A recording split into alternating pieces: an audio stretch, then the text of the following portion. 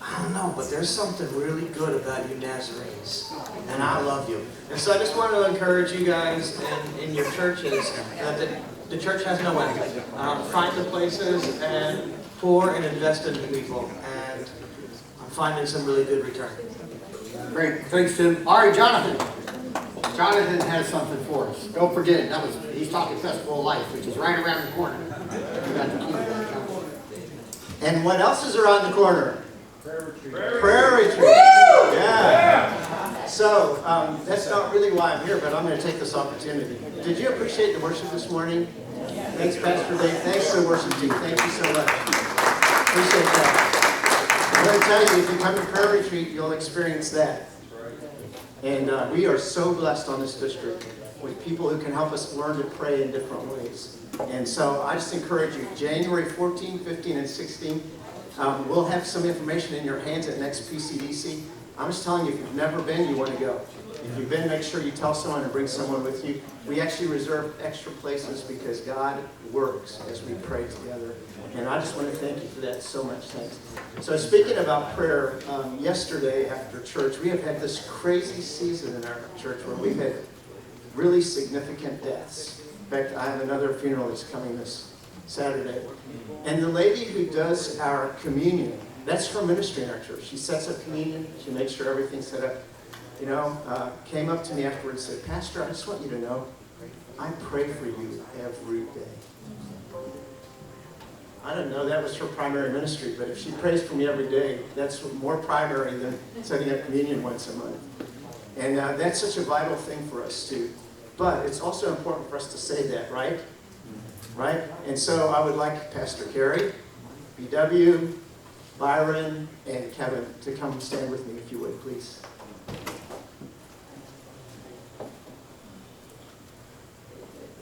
So I have the privilege of serving on the District Advisory Board. And I want you to know it's not just a board. It's a community that gathers, and we pray, we share communion together, we seek God's direction in all things. And you guys generic, ladies and gentlemen, we are so privileged to be led by the men that you see standing before us. And as a district, we want you to know we pray for you. We do. I pray for you all. But I also want you to know, in front of everyone else, that we appreciate so much your ministry and service. Yeah. So, for Pastor's Appreciation Month, we just have a little something for you. But I want to say something, maybe not in the right order, but Kevin is new to us in some ways, not as far as the district goes. But he has embraced us. And you have a pastor's heart, brother. Thank you for that. If BW had not been on our district, we might not even be in this room today. Seriously. And I thank God for the generations of pastors that you have influenced and are still influencing. Thank you. We talk about peer mentoring. Mark Crew's big about that. It's true. I feel like Byron's one of my peer mentors, but I think he's mentored me more than I've ever mentored him. And I'm so grateful for his wise influence in my life. And then, aren't we blessed to have Pastor Carey as our district superintendent? He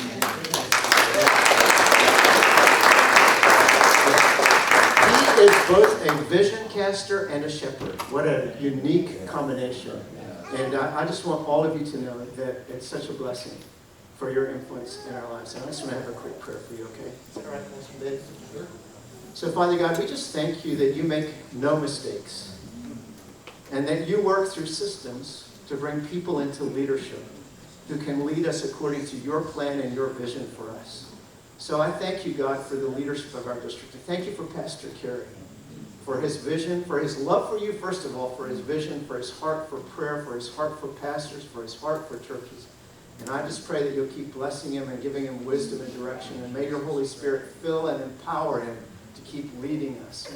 God, I thank you for BW and for the years that he has invested in all of us. And I pray your blessing for Byron and for how he's helped us to be better on our district in terms of ministry to the whole of our area. And I thank you, God, for his influence. And God, thank you for bringing Kevin to us. He has truly blessed us. And we want you to bless all of them, God, to keep them strong and healthy, to protect them in all of their traveling. and to use them to build your kingdom and to advance it for Jesus' sake. For we ask it in his name. Amen.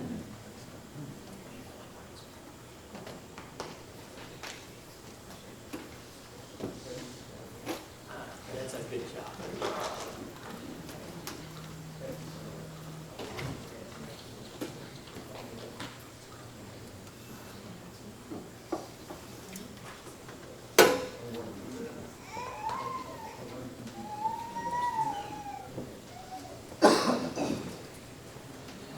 Great, thanks Jonathan, thanks Tim, and it's good to have the district team that we have here. How great that is. But I do want to say that while I was away, you know, Pastor Kerry came and preached, and of course, is there anybody here that Pastor Kerry hasn't done a revival for? So, okay, well you can sign up today. So, no, I already booked, okay, so you're just waiting. So. And then, I don't know, and you guys know this too, but Kevin came and preached, and when I got back, of course, you know, everybody, you know, they didn't know I was gone, you know, but when I got back, they said, you know, I don't know who that guy is that hangs around with Carrie all the time, but man alive, can he preach? So I had many, many people talk about Kevin's message, and so he did a great job. So, you know, if you're ever looking for a Sunday off and a freebie, time to call Kevin in, do that. So, but that's a good thing. So, but sweet. Hey, look, if you haven't got, you know, in our structure, right, for our structure this year, you know, we've added a worship element. Again, it won't always be what it was the past hour, but we've added a worship element, a prayer element, and then we've got our teaching time, and then we've got insights by Pastor Kerry, where he's going to deliver his top 3 or 5, or whatever else the Spirit moves him to do when he has his portion. And then we're going to do group after. Okay. So now I know what happens is we'll conclude here at 12. We'll go to lunch, and we're trying to make the lunchtime productive. Now, here's, you know, you don't have to eat to stay, of course. But there is a menu if anybody wants to order off a menu. So it's not like last year. You know, last year was you went in and you kind of had a buffet deal. And I think the word came back that $10 stretched a lot of us. So here's a menu. If you have the menu and you filled it out, you need to like turn that in. So a Lenny's back here. So there's a Lenny. So make sure you get a Lenny your menu so that when you're done here at 12, if you're staying for lunch, your lunch will be ready for you. You don't have to order lunch to go to group, but Kevin is organizing the groups for us this year to dialogue about some of the stuff that we talked about in this session. So and he'll explain what's happening with group today, and group will be maybe a little different every single time based on what the teaching content is. And so, but Kevin's handling that, and so what I would do for you, right? Because if you're like me, you gauge your day. And so after this, I have several other things I still have to do, and I'm sure you do too. So if you're trying to say, how much time do I need to take, or how much time will this take? So what our plan is by 1 o'clock, we'll be done. You know what I mean? Not in here, after lunch. If you don't pre-order your lunch, which is fine, right? You don't have to eat to stay, of course, for group. But if you don't pre-order your lunch, you can go order off the menu in the cafe. If you do that, there's no guarantee when your lunch is going to get to you.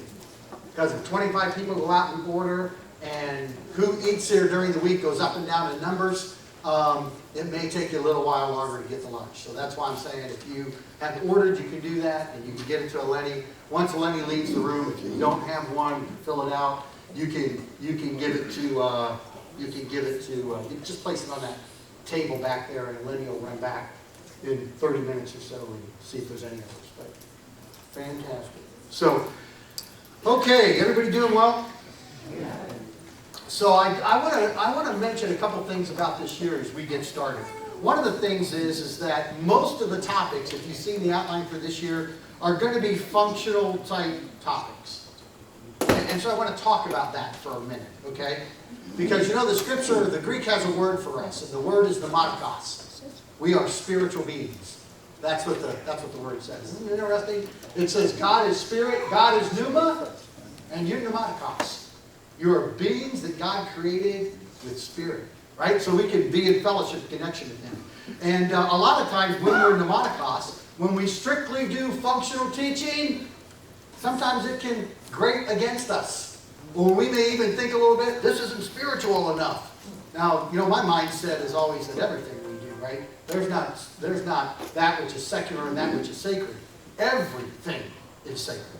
But what I'm looking at today and this year, as we think about this year, is that every time there is a revival, and I can't remember the name of the book, but I read it, a decade ago, that every time there is a spiritual renewal, there is structural change. And it just basically went through history and said, here's this revival, and there was this revival, and then there was structural change. And so right, there's the idea that there's wine, and then there's wineskins. So we're going to be talking a little bit in the teaching this year, a lot about the wineskin element, okay? But if you understand what Jesus said, wineskins are important, right? Or else you lose the wine. It's kind of, I think, how the illustration goes. So we're going to talk a lot about transformation of systems, transformation of structure, and all of that as we go along. So this morning, I'm basically going to talk to you just for a little bit, about an hour, on kind of a process that I've used throughout our ministry, but we use specifically here with vision implementation.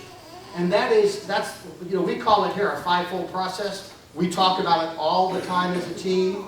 The other day, something came up on our executive team, and somebody started to talk about something we were doing, and they were evaluating, and we stopped and said, now wait a minute, think about our process. Right? We vision. Off of that vision, we build a strategy. Off of that strategy, we implement it. After we implement it, we hold accountability to the implementation of it. And then after those four things are done, we evaluate. And what happened was we had something that we did not implement very well. And we jumped to evaluation. So like we stopped and said, wait a minute, stop. This isn't ready to be evaluated because we haven't implemented it correctly. Does anybody think we implemented it well in the room? And everybody goes, no, we didn't implement it well. We didn't implement it well. So we're not going to evaluate it. We're going to implement it. Right? So anyhow, that fivefold process we use all the time. It's kind of something we talk about when we go off on our offsites. It's something we talk about in our team meetings. It's something the executive team keeps in front of them all the time. But the 5 elements, the first one, right, is vision. Right? We vision. And everybody knows what it means to vision, right? To plan the future with imagination and wisdom, right? And when we talk about vision, there are all sorts of elements that go along with vision discovery, right? There's scriptural mission, there's prayer that's a part of it for us, there's brainstorming, and I don't know if you ever do brainstorming sessions like with your board or with your staff, but for years when I did brainstorming, I always did it wrong, because you know what you're supposed to brainstorm? You know what you brainstorm? You brainstorm questions. You research answers. And we'd always get together and brainstorm answers. And it's like, well, what are we brainstorming from? Because we haven't done any research. We don't even have any valuable information yet. But nevertheless, we brainstorm questions, right? Are we asking the right questions? Are we seeing this the right way? Right? And then we research, right? We research culture of the community, culture of the church. What are the needs? Is this matching up? And vision, there's different models, right, to do vision. Like some people, they have the kind of this mosaic model in mind, right? You know what I mean by that? Climb the mountain, come down to the mountain, and say, hey, here's the vision, right? That doesn't tend to be the way that we do vision. We kind of do this collaboration when we do vision. Right? So we vision together, right? We're expecting everybody to climb the mountain and then everybody to come back down. Right? And so we collaborate, and collaboration, it always takes a little bit longer. It feels a little bit more fun to say, thus saith the Lord, and it matches exactly with what I think, But it's so easy to do that. It's so much more difficult to collaborate. It takes more time to collaborate. But you know what happens when you collaborate in your vision? You know what collaboration does for you? If you use the mosaic model, you make your statement, right? And then you get to the time to strategize and implement, and then you have all the problems, and it takes all the time. You know what I mean? The more you collaborate on the front end, the more time you save on the back end. That's the way that it normally works, right? You let people participate and good things happen. But collaboration, vision, right? Vision's part of it. The next part is strategy. And, right, all of us have a definition for strategy, but strategy is basically the tools that we're going to use to employ our vision, right? It's the tools we're going to use to get to our vision, right? And here's the truth about pastors. It's just the truth about most of the way that we're made. We love people. We tend to be good at relationships, but we tend not to be as strong when it comes to strategy. So we tend to be weak in strategy. In fact, in Strength Finders, if you guys, we've done Strength Finders last year, but if you look at like Strength Finders in people groups, when you get to pastors and it comes to strategy, you know what pastors tend to be strong at in the overall Strength Finders categories? Their number one strength is relationship building, which is 36% are strong in relationship building. The next thing that pastors are strong at is executing at 31%. So like most pastors, what we're really good at is we're good at relationship building, being connected with people, right? And we're good at doing things. That's what we're good at. So, and when it comes to the idea of influencing, which is getting people to join up with us, or strategic thinking, those tend not to be our strengths. Influencing is like 14% overall. Strategic is at 20% overall. And so when we talk about strategy, you don't have to be like a great strategist, but especially if you collaborate and you have some people that have strategy strengths in your group, right? It's good to have strategy strengths in your group. If you're there and you don't have strong strategies, you know, man, it's great to have it. In fact, you know, most companies will have a chief strategist officer. Did you know that? Like we get the CEO and the CFO. Most of us, we miss that there's a lot of times a CSO, a chief strategy officer, who has strategic minds that get together that help them figure out what their strategies need to be as they move forward. So, but strategy, right? We get vision, we do strategy, right? We say, okay, here's our vision, this is how we're going to implement our vision. The third part is implementation, right? Implementation is the process of introducing, initiating, and activating the tools of our strategy. Here's our strategy, now we're going to implement it. So we're going to put our strategy into action now. We're going to do what it is that we said we were going to do, right? And the good news is, hey, we're good at that. We're good at doing stuff, you know. So it's our most common, dominant strength as a pastoral group. But oftentimes we're not great at figuring out what to do, because you know what the word? If I say whirlwind to you, does that resonate? You know, most of us live in the whirlwind of ministry. That means the day starts. It gets a hold of us, and somewhere at some time of the day we go home, right? And our spouse says to us, how'd your day go? And you go, whew, it went. Right? I mean, man, it just flowed, and it was, man, it went. Right? There was a whirlwind of what happened.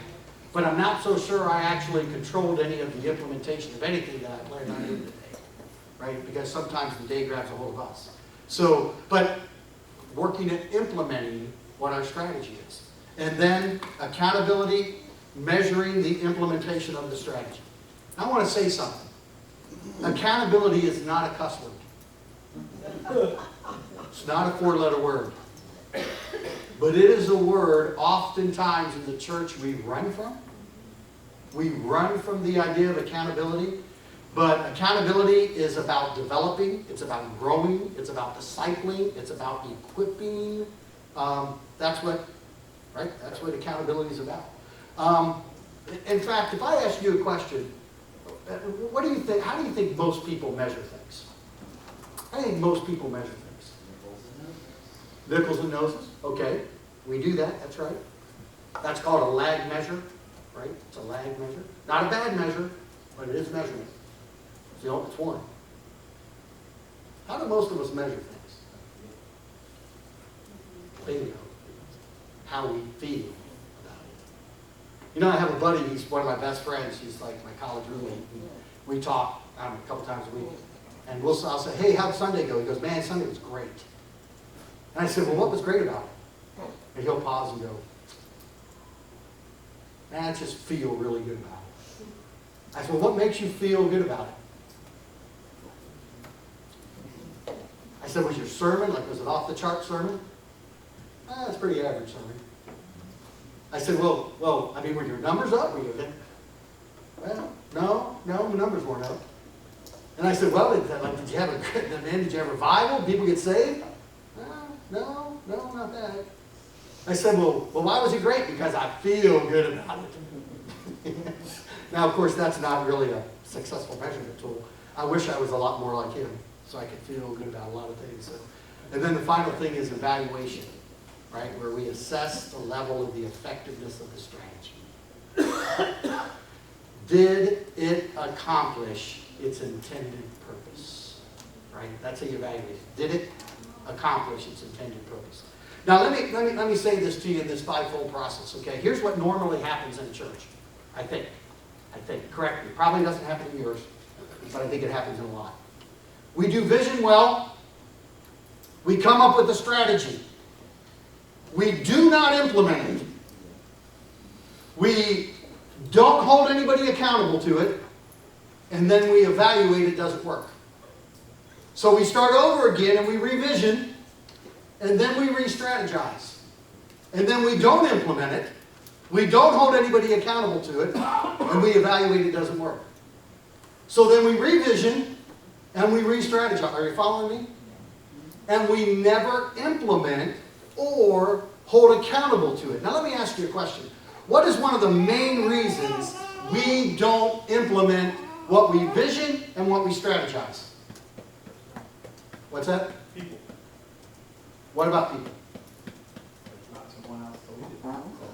Nobody to lead? Okay. So you strategize something with no leadership. That could possibly be it. Okay. There's a wall of fear. It may not work. It may not work. Sure. Right. How many times have you wrote a sermon on Thursday, you felt great about it, and Sunday morning you're like, oh no, this sermon isn't what I thought, right? What other reasons? Accountability. Okay, accountability, right? People that get assignments, you don't follow up, make sure they're not being held accountable to implement it, okay? It's also hard work. It's easier just to talk about it. You know, the whirlwind of life is easy. Answer an email, whoo, that's easy. Waiting for my cell phone to ring, right? Certain things are easy, right? Certain things you get a lot of kudos from. A lack of focus. Lack of focus, right? Thank you. Has this ever happened to you? Pastor, I don't know why we're making this change, but I'll tell you what, if we make this change, I'm leaving. Did that ever happen to you? And then we go, oh no. And then, of course, depending upon where that person falls in our scale or however we're evaluating them, right? It decides whether or not we're going to actually implement it or we're not going to implement it. That's why I think all the time about this. I think, vision is the great uniter and it's the great divider. If you want your church to be united, you have a vision. You create a strategy. You implement it. But along that way, there's going to be division. There's going to be people who say, I don't like that. I don't want that. That's not what I'm looking for. That's not all the way along, right? One of the number one reasons why we don't implement.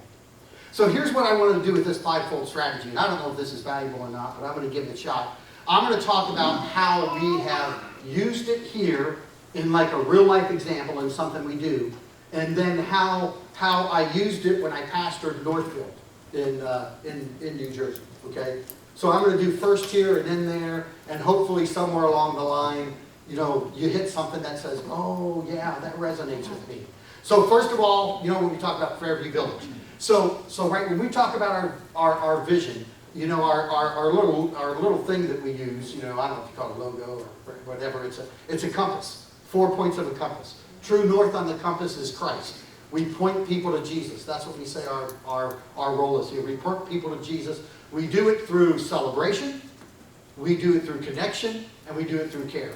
So we celebrate who Jesus is, right? Man, you exalt Jesus, man, and what's the word say? All people are drawn unto him. So we try to make Jesus the big deal, right? You do too. We're just framing it in our vision, right?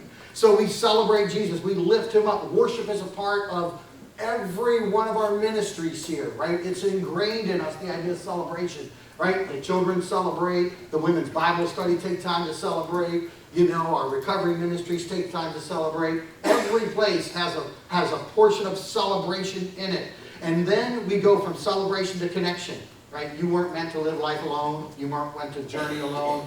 2, 3, 4, 5 are stronger than one. So we say, hey, you're not meant to journey through life alone. We're meant to journey through life together. And so we do it together. And then ultimately care, right? You know, we got Christ, we got celebration, we got connection, then we have care. You know, we cast all our cares upon him because he cares for us. We care because he cares. So to pick one of these things, right? To pick one thing out of this vision for us. Let's take the element of care for just a minute. Care. So when we strategize care, right, we say, okay, that's a part of our overall vision, is that we're going to care. We're going to care about our world, we're going to care about people, we're going to care about each other. So we're just going to take one slither of the idea of care and strategize it for a minute.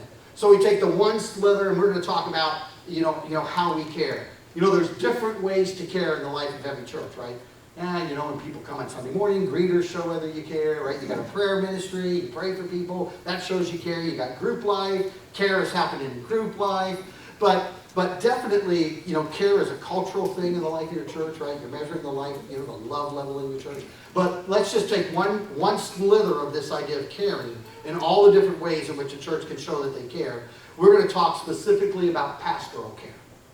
Now, one of the reasons why we do pastoral care at a major level in the life of our church, and we do. And I want you to know, most of the churches that we benchmark, okay, we're doing that. We benchmark 2 or 3 churches a year. We'll go. Our staff will sit with their staff. Most of them are large churches. They've given up on pastoral care. Like a lot of them do not do it. I've talked to churches that they don't even keep a database of their people unless they volunteer. If you volunteer, you're in the database.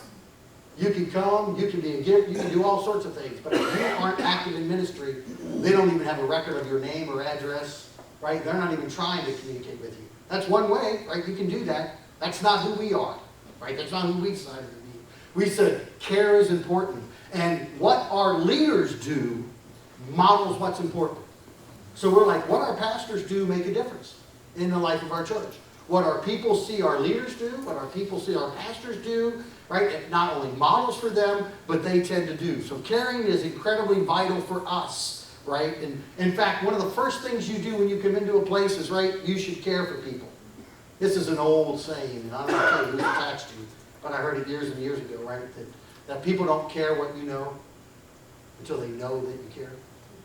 You know what I mean? So it really doesn't, right? Until they know you care, everything else maybe not matter so much. Our district superintendent, what is his main statement about? What's Carrie's main statement? Presence matters most. What is presence about?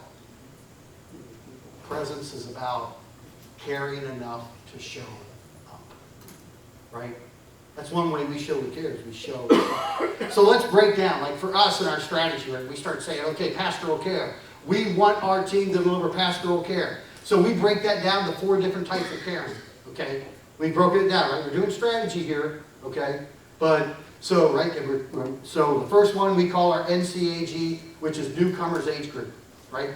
When somebody comes in to the church, if they give us their information, not everybody does the first time, but if they give us their information, if they're a 20-year-old, then it's designated to a pastor at our church. If they're 30-year-old, it's designated to a different pastor at our church. If they're 40 years old, it's designated to a different pastor in our church. They get the information. When do they get the information, Nick? Nick knows way more about this than I do. I didn't hear your question, I'm sorry. We were talking. About vision. When do they get the information on the NCAGs? Monday, So they get the information Monday, and when do they have to make a call by? by the end of the day, Monday. By the end of the day, Monday. So if you come on Sunday, you give the information right, one of the pastors calls you by that Monday, right? That's one of the ways we care. You showed up, you gave us your information, and here's what I say to people: don't collect people's information if you're not going to make contact with them. Because if they give you their information, that means they want you to contact them. If they don't want you to contact them, they are not going to give you their information, okay? And we'll have folks that are here for 3 months before we get their information, right? Because they don't want to see us. They don't want to hear from us for wherever they're at in the process. But if they give you their information, then you contact them. If they say to you, hey, Pastor, I'm going into the hospital, guess what that means? Come see me. If you don't come see them, man, there is a whole level of disappointment. But NCAG, Newcomers Age Group. Then we have this thing called PP call. So I don't actually know what PP means. What does PP mean? Pastoral process. Oh, pastoral process. Thanks. Man, I'm glad you're in the room, Nick. So, but our PP calls is we take everybody who's a regular attender in the life of our church. We divide them up on the pastoral care list. So, Nick, how many, hey Brandon, quit talking to Nick, I need him.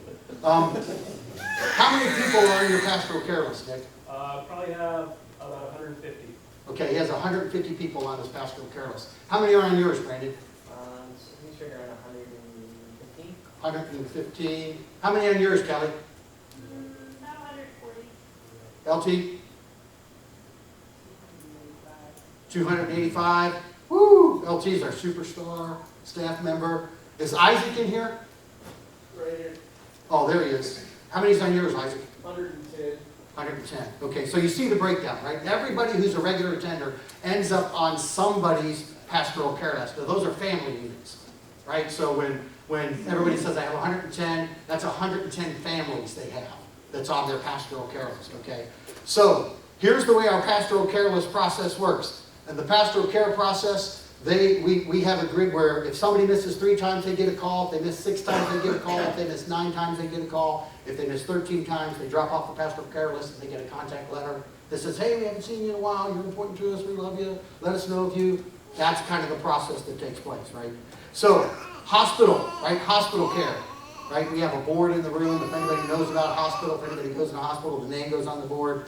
And their responsible pastor on their list does the pastoral care process in the hospital scenario. Unique visits, we do a pastoral care process of unique visits. Everybody's required to have 5 unique visits a week. A unique visit is basically a discipleship visit.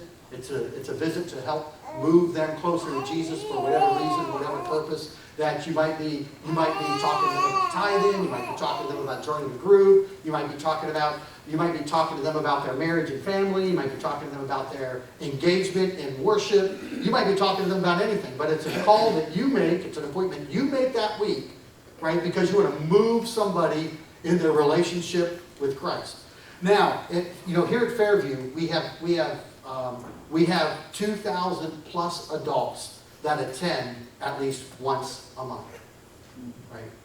That's why we have to process like this, right? Because it's something like if we're going to deliver pastoral care, it's hard to get your mind around that. So, right? So we break down the family units among the pastors, and you heard at least the largest group in the room is 285 on a list, right? They get the 13-week grid, right? So that's our strategy.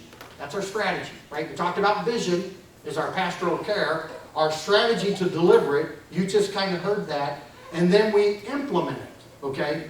And implementation is, right, we're going to do what we agreed to do. That's what implementation is, right? Here's our strategy, so now we're just going to do what we agreed to do. So, people make their NCAG calls, people make their PP calls, people make their hospital calls, people make their unique visits. And then ultimately, there's accountability, right, where we measure the implementation. Now that looks like a pretty hard thing to measure the implementation for, doesn't it? At least in my mind it does. It took us a while to work through this strategy. So here's what happens. When somebody makes a call When is a contact complete, Brandon? When it is logged in the database. Oh, I saw Nick whispering in your ear. When it is logged in the database, right? Because what are we talking about now? We're talking about accountability, right?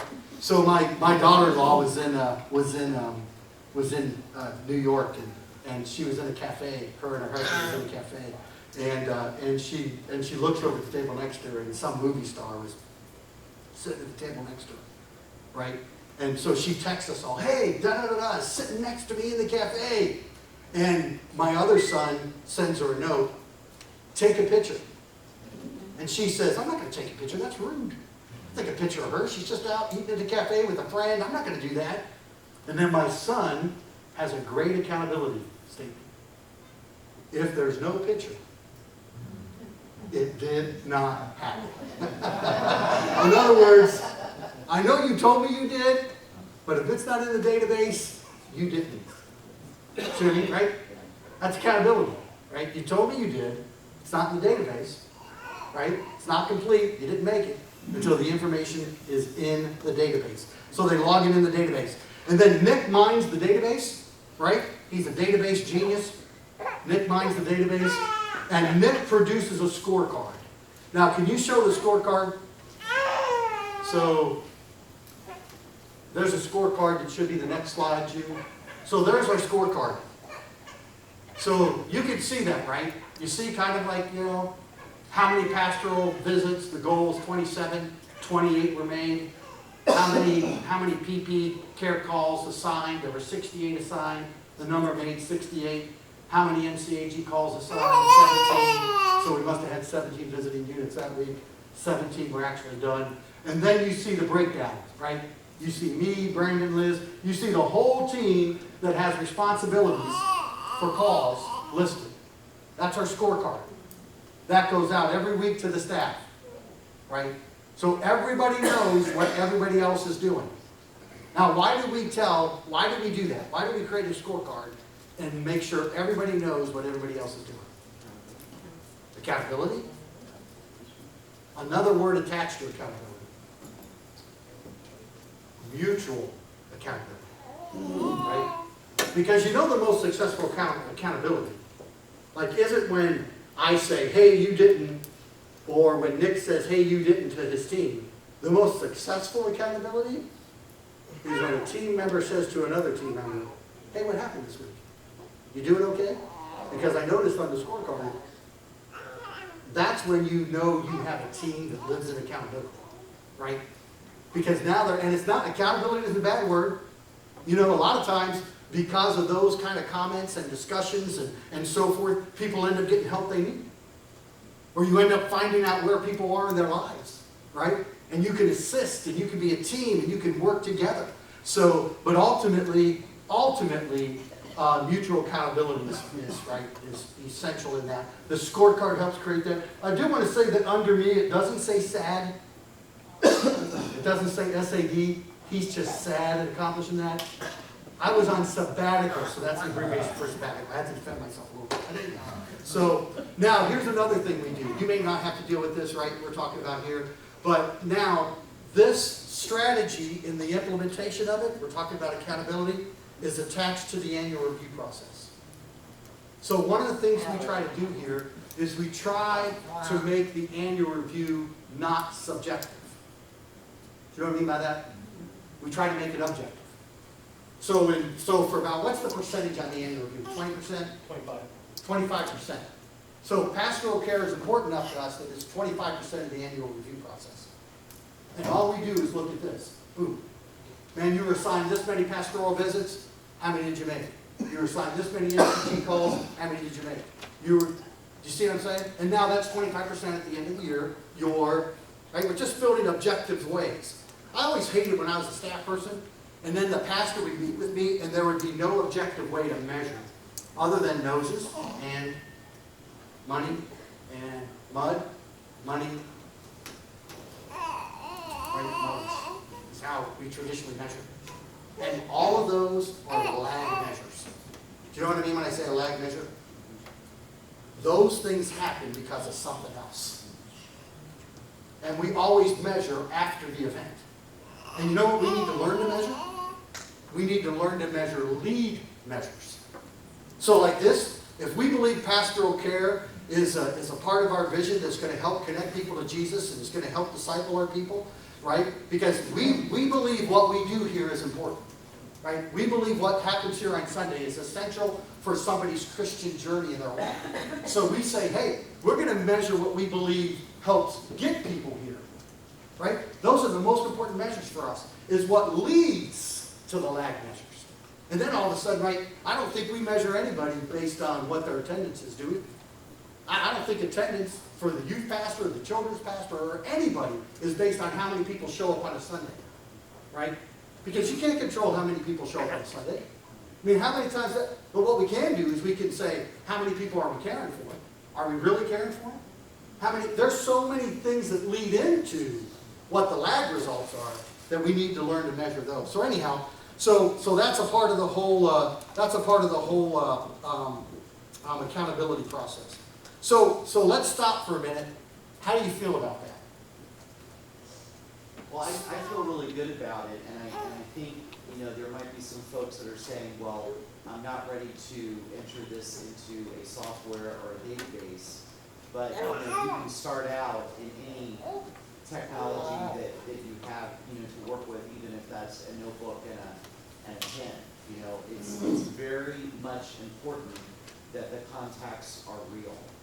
And that is sometimes very hard to get our people to really process, because they think they know everybody, and they've come from a place where they you know, feel like they know everybody, and so they're not naturally going to tune into this vision and this component. They have to see the value in that, and really, I really appreciate the steps that you're going through the process. So it's right, it can't be implemented, the way we're implementing it can't be implemented. But you know how I implemented it when I pastored Northfield? I didn't need a list to tell me who was a part of the church or not, because when I went there on my first Sunday, there were 40 people, right? And I might have had 68 people total that were a part of the church. So I went home every Sunday, and before I ate lunch, I wrote on a list of paper everybody that wasn't there. And then in some sort of crazy way, you want to talk about, I have a lot of deep problems in my life, but so I wrote down everybody that wasn't there. And then you know what part of my assignment was that week? Was to make contact with everybody that wasn't there. Now some people say, that's absolutely crazy. But you know what? It's just, right? I just believe that contact and caring for people, like when Carrie says presence matters most, right? If presence matters most, they weren't there. Right? You know, a lot of times we know where they were, right? Church 68, I can tell you that. But man, me being a part and present in their life when they weren't there was important to me. So that's the way I did it when the church was much smaller. That's how I did it. Somebody else, how do you feel about this? I can tell you all the complaints we've got about it as we've talked to people about it over the years. Dave, I'm wondering who took your list while you were on sabbatical? Nick did. Yeah, I have a really small list. It's me and Dora, and that's pretty much my list. No, I'm just kidding. I think there's 85 people on my list. Right. So I don't have near a list as large as some of them do. You know, some of the pastoral team does, but I still do have a list. That includes the church board, you know, and that includes some other folks on it. On two questions, one on your list, 85, are they as lead pastor, is that your title? Church leaders, church leadership, your church board, your community leaders, they need you. Right. I have all the staff. And the staff, yeah. And then the second question about mutual accountability, it's a beautiful thing, I think we need more of it. I'm always a big proponent of accountability because I've served in the field of teaching where we're held accountable every single day. But I'm assuming that you have a wonderful trust relationship with your staff because you put them on the spot several times in the last half an hour, and you put their numbers up on the board in front of all of us. So in building that level of trust, do they love you? And support you in holding you accountable. So we did stress assessments. When I was away on sabbatical, their stress levels were so much lower. I don't know. You have to ask them if they love me. I know they tolerate me. But I will say this. I will say this, right? We've worked hard at being accountable, right? We've worked hard at that. And saying, and I think this, and we do training. In fact, Nick may do some. I think Nick's going to do a session that is a big deal session for us that we talk about often, because I think he's going to do a session in a couple weeks called Radical Candor. And so we talk to each other and we train each other on how we hear each other, how we receive what we hear, and you know what I mean. So we talk a lot about that together. So and then also, I don't want to give away Nick's teaching, but what happens is what most of us think, and we remind ourselves of this. What most of us think when it comes to accountability is it's the question of, hey, did we accomplish what did we implement what we said we were going to implement? Most people think that right. There's a silo in that accountability. When you mentioned the key, it's not about that question. It's about the life you're living together. You know what I mean? And so we play hard together. We have a lot of fun together. We do a lot of stuff together. And so we have a strong relationship. We're committed to each other. You know. So and next time we gather, we're going to talk about culture building. And so we have a cultural blueprint, and then I'll show you our cultural blueprint, just so you can see the things that we say we're committed to. But so. Dave, Good. Yeah. is your board at all involved in your pastoral care? Is it part of being a board member? Is it anywhere in the board covenant? And then you really have any control over that, or all staff? At this point, that's a great question, because when I pastored a church where I didn't have staff, we made the board function, which meant board members had roles, and when they came to board meeting, they reported on their roles, just like I reported on mine. At this point, our board is an advisory board, you know, so they don't have actual ministry responsibilities that they perform. You know, they give oversight, they give advice, they have some pastoral care responsibility for the staff team, but that really, is their involvement. But in previous sizes, right, your board has to become.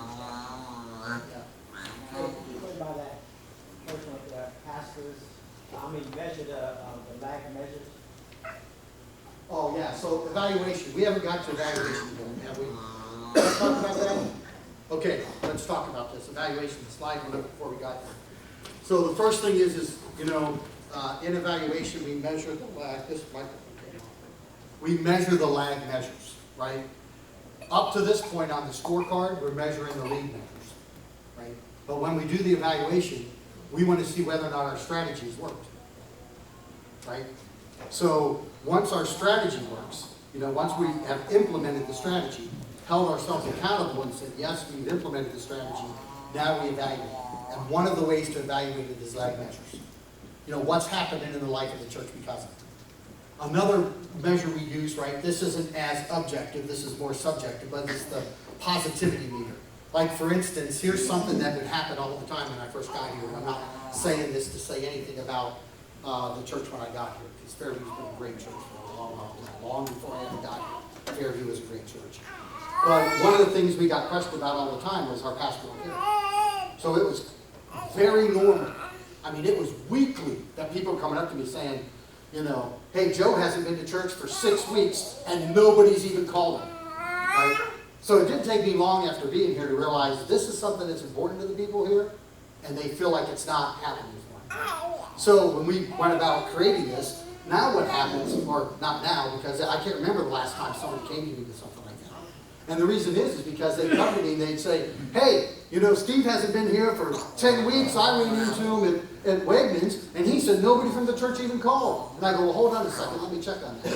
And I pull open my smartphone, I go to our database, I look up Steve Kent, and I say, well, you know, Steve got a call from Nick on this date, and he got a call from Kelly on this date, and he got a call from so-and-so on this date, but according to what I have here, he's not returned any of those calls, nor did he answer his phone.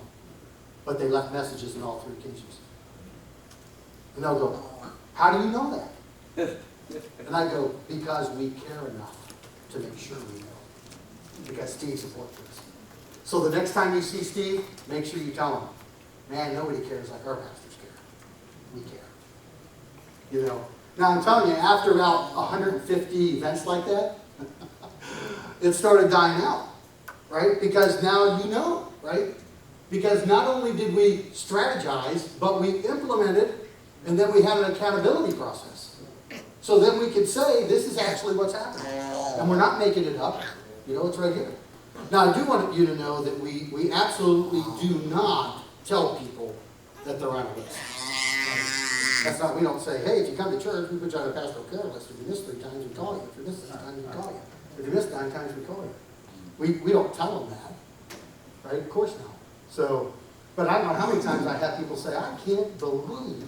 In fact, we had a fellow come. If you were here, you know, if you were here for Bill DeBenny's presentation last year, Bill DeBenny does leadership for Lockheed Martin, right? And so Bill came here one Sunday, you know, and then now he's a vital part of the life of our church.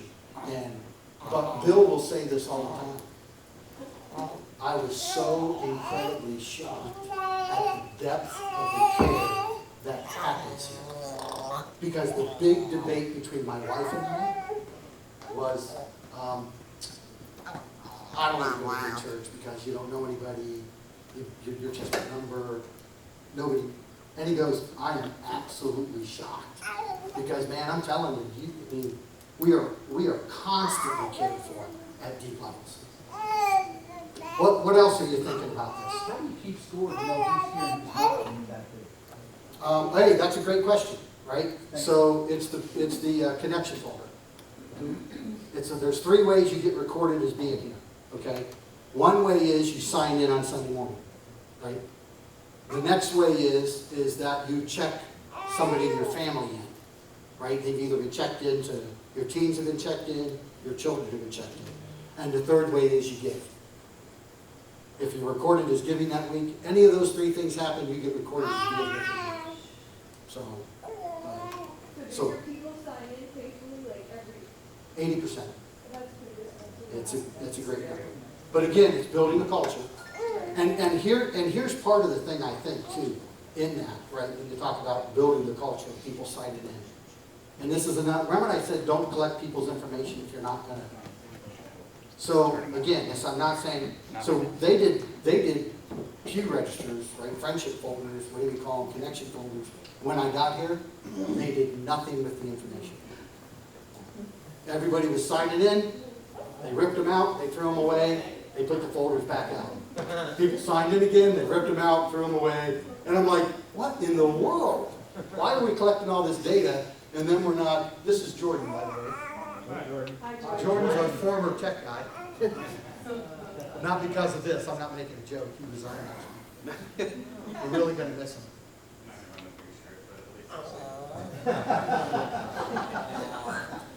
So, but here's what some of the complaints have been. And this, when we were first implementing it staff-wise, people would say, this doesn't feel, what's the word? Genuine, organic, natural. And so you know what we say about that. We don't have that issue anymore. But when we were first implementing it, when everybody's like, argh. So I say, well, tell me about your last phone call. What happened? Well, I called Joe. Okay, so you called Joe. How'd that call go? Well, I talked to Joe. I told him, right? Because they don't say, hey, you haven't been here, right? They say, hey, man, I haven't had a chance to visit with you, and you're important to me, and I just want to make contact because we haven't had a chance to visit. How's everything going? Is there anything I can pray for you about? Is there anything that you need? So the person says, well, I talked to Joe, and, you know, I realized Joe was having marital problems in his life, and that's why he hasn't been around. And so I talked to Joe, and we got together and had a cup of coffee. And now Joe and his wife are going to counseling. Oh. Did that feel genuine? Because without the little reminder, you wouldn't even remember whether Joe was here or not. Because it's too many people. So it may not feel genuine on the front end, but some incredibly genuine things happen because you're doing it. You know what I mean? And the results of that, I think all of us can say, because of that, because of those calls being made, because of those things taking place, there are, you know, it is a major discipleship connection pastoral tool in the life of our church. So, any other questions, any other thoughts on it? What exactly counts? I mean, even on your days off, do you still count those as pastoral visits when you go and you see people from your church? Well, you know, in our scenario, right? If you just, it's whatever you put in the database. So if you make a call on a Friday, then you know you record it in the database. It gets counted on you. But you have to mark it under one of these areas. Okay. Because one of the issues that I've been contemplating with is that, let's say one of my board members invites me over to a graduation party, and next thing I know, I have some previous members who used to be at our church, and then I have maybe another board member that's at that party, but it's my day off. Do I count that as a visit, or do I count that as personal time? Well, here's what we say. You may like this or not like it, but you are never not pastor. Right. So if you're, you know, like, right, there was a time when we pastored Northfield, Dor and I used to say we had to leave town if we wanted to have our day off, and we did. I mean, we went to the exciting metropolis of Alloway because one of my good friends lived there, and I went to Alloway almost every day off to get out of my town, and he would come to our town, and we didn't have, I mean, we couldn't go anyplace else. When he came to my house, I fed him. When I went to his house, he fed me. But if you're sitting in a restaurant and somebody in your church walks in, they're not looking at you thinking they're a part of your job. They're looking at you thinking you love them. And if you don't love them, then you ought to maybe reevaluate what you do. Do you know what I'm saying? So, did you ever hear Groeschel says he'll go out to he doesn't like to go to public places, but he says when he goes to public places, he carries his cell phone like this, even though there's nobody on it. Because he said, I can't get through the store, right? Because the guy has what? How many tens of thousands, right? So he's like, he carries the phone, he goes, so he says, I walk around like this the whole time, and my wife's like, and he said, I couldn't make it through the store if I didn't. But he doesn't want to communicate that he doesn't care or love. Right? It's a weird thing. I don't do that. Most people see me and walk the other way. So. Most of my people are way more interested in talking to my staff than they are talking to me. Why is that? Why is it? Because they are their pastor. Like somebody said to me, how do you handle all the weddings you do in this church? I said, well, I don't do most of the weddings in this church. I mean, how do you handle all the funerals? Well, I don't do most of the funerals. Right? Because people are calling their pastor. You remember when, I think it was H.B. London said this years ago, he said when he went to Pasadena Church, he went to the Pasadena Church, and he said he let go several of the staff pastors when he first got there. He said, man, for the next 4 weeks, I had my schedule filled with people knocking on my door, saying, I don't know who you are, but you just fired my pastor. You know what I mean, right? It's the relationship is essential. So, but anyhow, any other questions? I want to make sure you guys are feeling okay about this because, you know, I will say that this process, right, when you say it's hard work, it is hard work. Here's what most people say, most churches we go to, they say, you must do nothing but sit around and make phone calls. Did that enter your mind? Man, alive, with this you must sit around and make... So I don't know. Dick, how long does it take you to make your calls on a week? Both the newcomers and the pastoral calls, I probably spend 3 hours. 3 hours? Okay. Brandon? Mine's a little less because we don't have CAGs, so 25, 30 minutes. 25, 30 minutes? Kelly? Hour or two. LT, you got a good list. How many does it take you?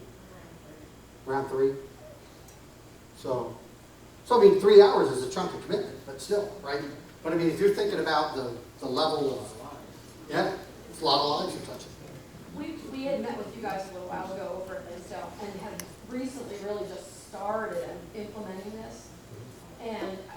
back to your question, I think one of the key things that has shifted in my thinking is the calls and the contacts are less reactionary and more proactive. So it's not just because we ran into each other at a thing or somebody called me to say, hey, I really need to talk, can we get together for lunch? But it's the initiation from our end as pastors to contact people and reach out. There's a whole different level of connection when we make the contact as opposed to they've gotten to a place where they just need to talk to somebody or meet up with somebody or we run into each other at the store.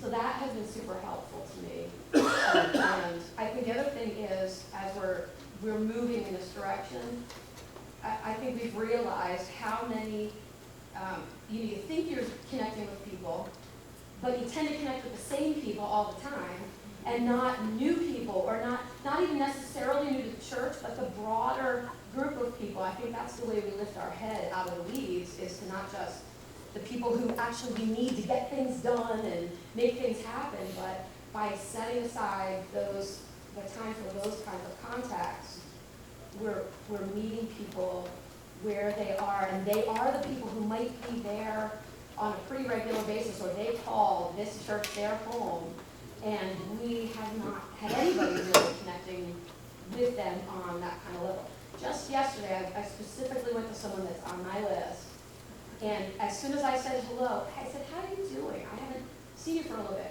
She started crying, and she said, I think I'm crying because nobody really asks me anywhere how I'm really doing, and I know they mean it. You know, and I just thought that is the value of moving in that direction. So you're important, right? You are really important to your people. We say it all the time. I realize I'm just Dave, and honestly, I realize I look at myself and say, I'm not a big deal. But you may look at yourself and say, you're not a big deal. But you are a big deal to your people. And when you proactively reach out to them, my goodness, man, it makes a huge difference in their lives. So, yeah. Mike? Obviously, this fits into some people's strengths and gift mix more than others. Right. How much do you consider this kind of responsibility in your hires, in your consideration? So one of the things that we do is we really talk through, because a lot of places don't have accountability and don't have, a lot of times in church life there's not this high level of accountability. We talk about that a lot with who we visit with. We talk about accountability. When it comes to the pastoral care connection, we just say, if you're going to call yourself a pastor, then, right, there's the role of pastor, which we understand in the scripture, right? And then there is the gift of pastoring. All of us are called to witness. Not everybody has the gift of evangelism. So we really don't even, we say, hey, if you come, here's the way it's going to look for you. So, right? I think we're pretty honest in that. So, and I'm looking at Nick because Nick's done a lot of hiring lately.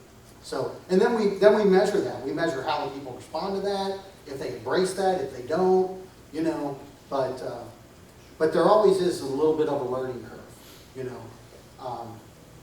but although I'll say this, in a lot of other places, and I don't want to, right, we're being functional, I don't want to, right, so I don't want to take the spiritual importance out of this by any means, but a lot of times you take jobs in the world, right, every job has stuff that you don't want to do. Every job has stuff you don't want to do. Whether you're working in the church, whether you're working in the world, every job has things that you look at and say, I don't prefer this, I don't like this doesn't fit me, but if you take the job, you do it. You know what I mean? And so that's we're not like, we get it that people have gifts in certain areas, and we really want them to use their gifts in those areas, but this is one, because we call it also, it's one of our wings, one of our, really important goals for us. Everybody, we ask everybody to buy into it.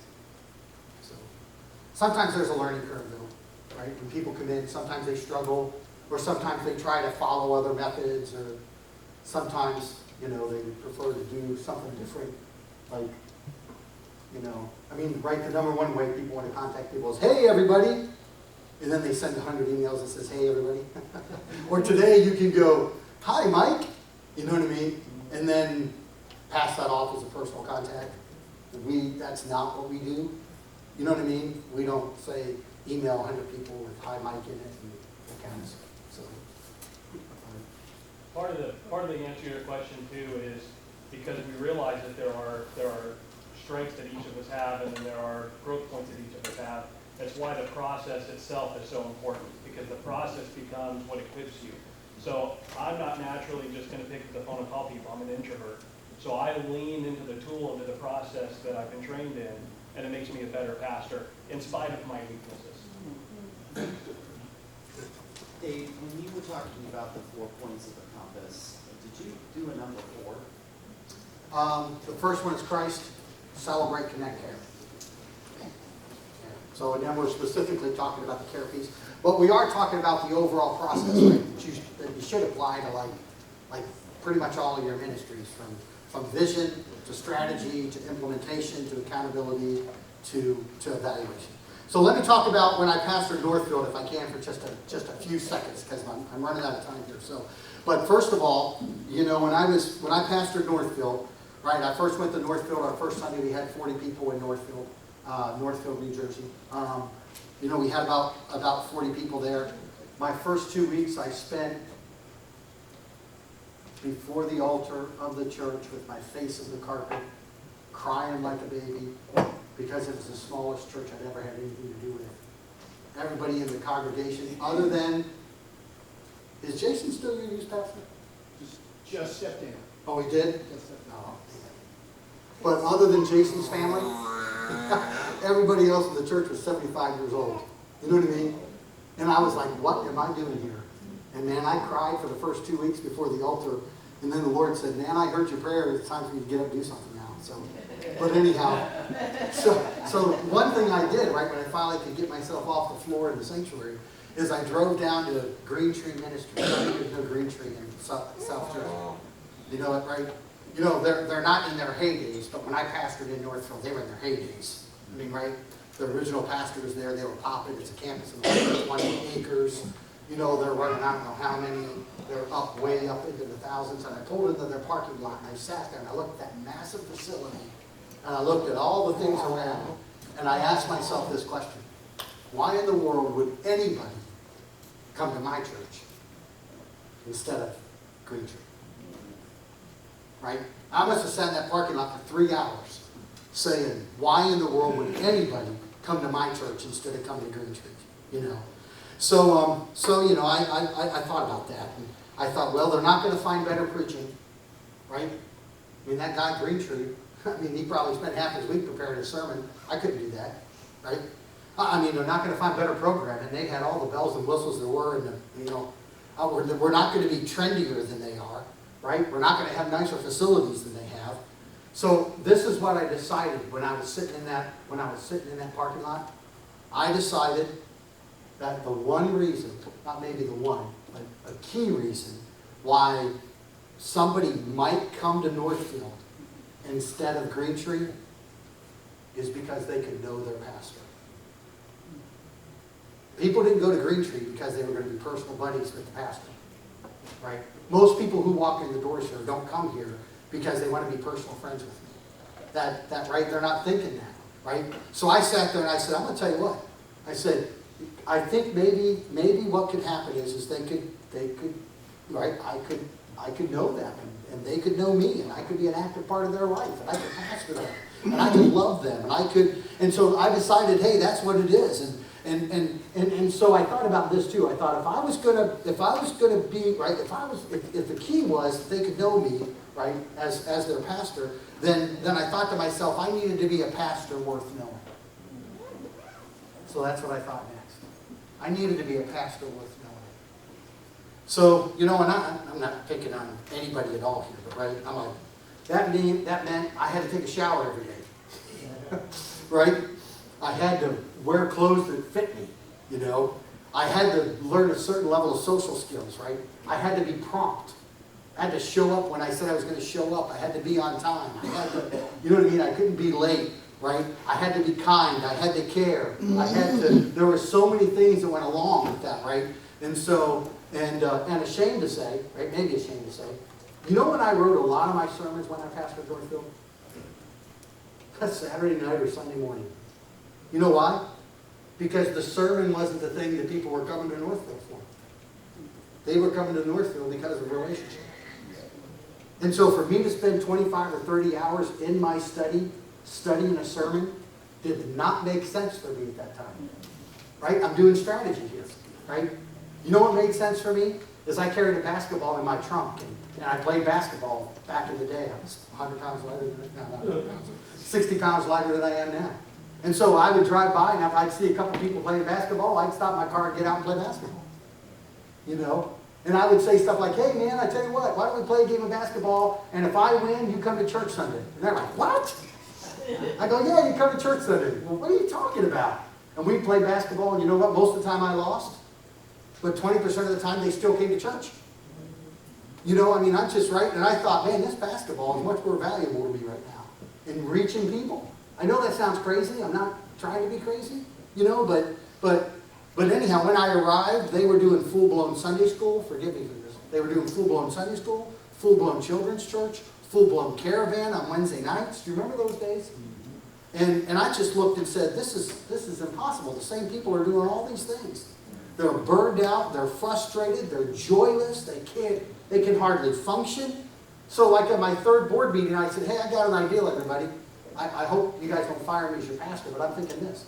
I'm thinking, why don't we cancel Sunday school on Sunday morning? Why don't we move Sunday school to Wednesday night? And why don't we cancel Sunday night? I said, then Sunday morning we'll do worship and children's church. And now you know why I'm doing that? I'm doing it because when I'm looking at my resource base, I don't have the resources to run all the programming they're trying to run. And they're so busy doing programming, they're not living life with people. They're not inviting anybody because they're studying their caravan lesson. They're studying their Sunday school lesson. They're studying their...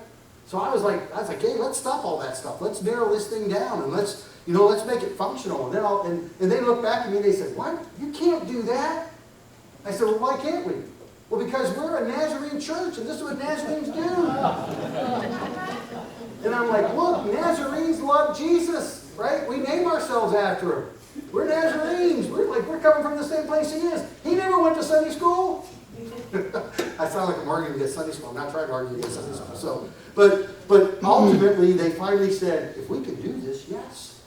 And they said, and like we did it, and all of a sudden it kind of created a new life that they weren't having to, run around and constantly be all this program driven. And then I said, okay, I've got 40 people. I need to figure out who I can invite and how I invite them.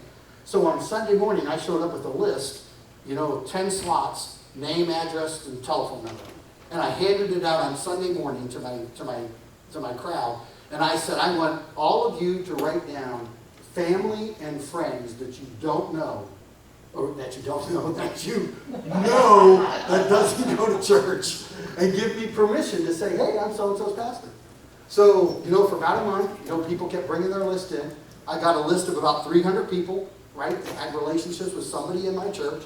They might have been a grandchild, or it might have been something else. And I took that list, I put it on a list, and then I started to farm that list. Now, do you know what I mean when I say farm? I mean, I went to them over and over and over and over. So I wasn't like making right? But it is a kind of a semi-cold call list, right? But man, I showed up at if one of them worked at Burger King, I showed up at Burger King and said, hey, how you doing? My name's Dave. Do you know I'm your aunt's pastor? Oh, no, that little, yeah, I'm there. And then after, right, I'm building relationships, and I'm like, okay, I gotta have another reason to invite. So then we started creating these little things, like, right, we did a pig roast or a clam bake or whatever to try to reach out to them and try to invite them, right? So I'd say, hey, we're having a clam bake this Sunday, you gotta come. They're like, whoa, seriously, clam bake, what's it cost? It's just free. And we're gonna have service on the lawn. And it's crazy how many people, right? Our little church was running 45 people. We had 200 and some people come to this thing, which is shocking to me. And then they did other things that, anything from, we started this little passion play. It's comical. I shouldn't say it's comical. It's not. But we had 3 soldiers and Jesus. And the way it started is we started the tape at the beginning, it was 30 minutes. We started the tape at the beginning where music was playing. They drug Jesus out, they beat him for 20 minutes, they nailed him to the cross, and the last minute he walked out of the tomb. Now here's what's crazy. We had 300 and 400 people come to see this every time we did it. And I had 4 actors. And I want to be careful here, but it was, right, but it was one of the cheesiest things we've ever done in our lives. But and I think what I'm trying to say with all this is that we tried to do stuff with intention. Now here's a goal for you. When I was a pastor at that church of 40 in Northfield, I set a goal for myself of 25 pastoral contacts a week. I didn't have that many people in my church. So I'd go to church, I'd be in the church about an hour and a half, right? Just to handle whatever stuff I had to handle at the time, right? Administration stuff. And then I was in my car and I was driving around. And most people say, wow, 25 calls a week. But you know, I mean, most weeks I beat that number, right? I beat 25. But here's the truth. I mean, I'm not trying to be hard and forgive me for this, but I didn't have anything else to do.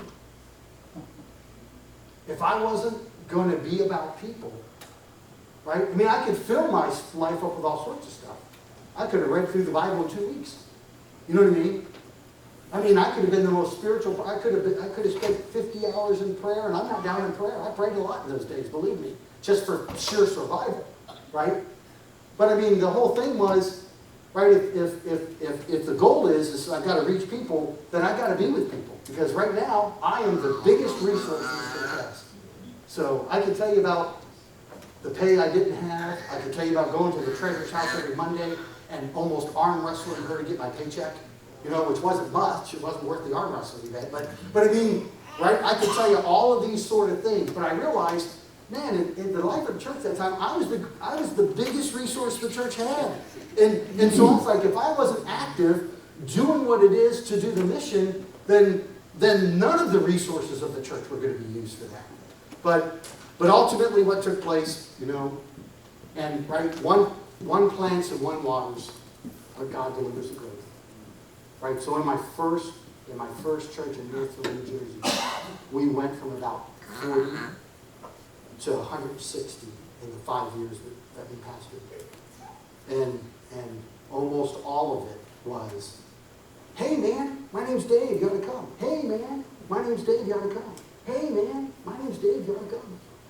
You know what I mean? Over and over and over and over and over again. And we saw people get saved. We saw transformations take place in big ways. And they were, I often say my favorite, well, I'm in the church I'm pastoring right now. One of my top 3 churches that I pastored was Northfield. I've only pastored 3, so okay, so how do we use this model, right? Vision, strategy, implementation, accountability, and evaluation. So if I were in a smaller church, this is what I do. Right? If I was in a small church, I'd pick one thing that goes along with my vision. Right? Just one thing. You can't do a ton of stuff, right? Right? So you pick one thing. You pick one thing that goes along with your vision, you strategize it, you implement it, you hold yourself accountable to it, and you evaluate it. Right? What's the hardest, who is the hardest person to lead? You are. For you, you are the hardest person to lead. So, making sure you implement what you say you're going to implement, making sure you hold yourself accountable to what you say you're going to implement, making sure you evaluate yourself that's very hard to do. So, the other thing I do is I use my board, right? We'll talk about that for a second, right? You know, turn your board into your staff, right? So that you're dispersing responsibilities, and then your board meeting becomes an accountability meeting. So if I was in a middle-sized church, right, I'd look to leadership and staff. I might pick more than one thing, right? I might pick 2 or 3 based on my staff and church leadership, but I'd still strategize and implement it. I'd hold ourselves accountable to it, and I'd evaluate it. So, but where we're at now, if you have multiple staff, you know what I mean? You build your systems, you build them one by one, you delegate responsibilities to your staff, and you run it. Okay, final questions. Final thoughts. Okay. Let's take a 3-minute stand-up break, run around, and then our illustrious Dr. Kerry Willis is going to come and share with us this morning. So, if you haven't got your lunch orders in, make sure you do that.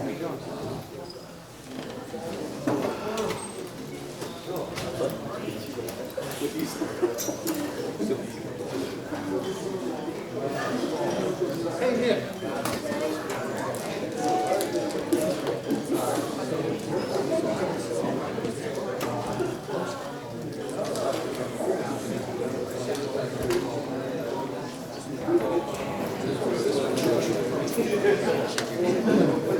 Doing great, how are you?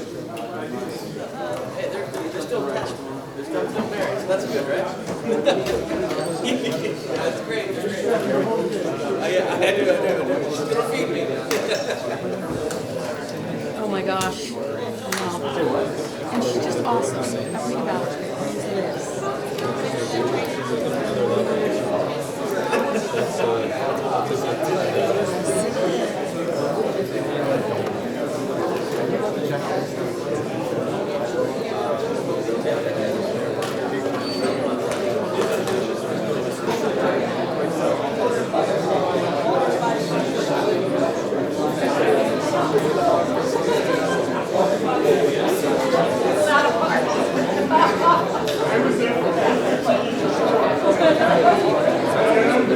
Okay, we're going to reconvene.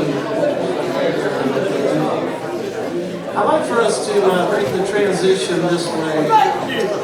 Let's all stand for a moment. Let's all stand for a moment.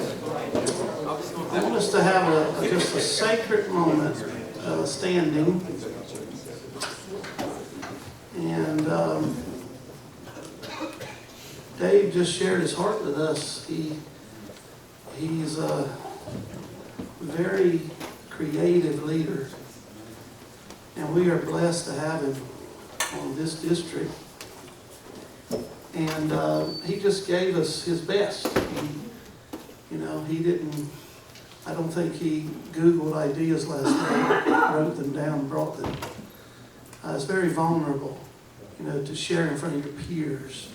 We tend to be critics of one another. I pray that if nothing else happens on the district, when my day is done, that people will say, all those pastors went from competitive to cooperative. All. I've received a lot of help, Dave, listening to you. You helped me a lot with my job. Thank you.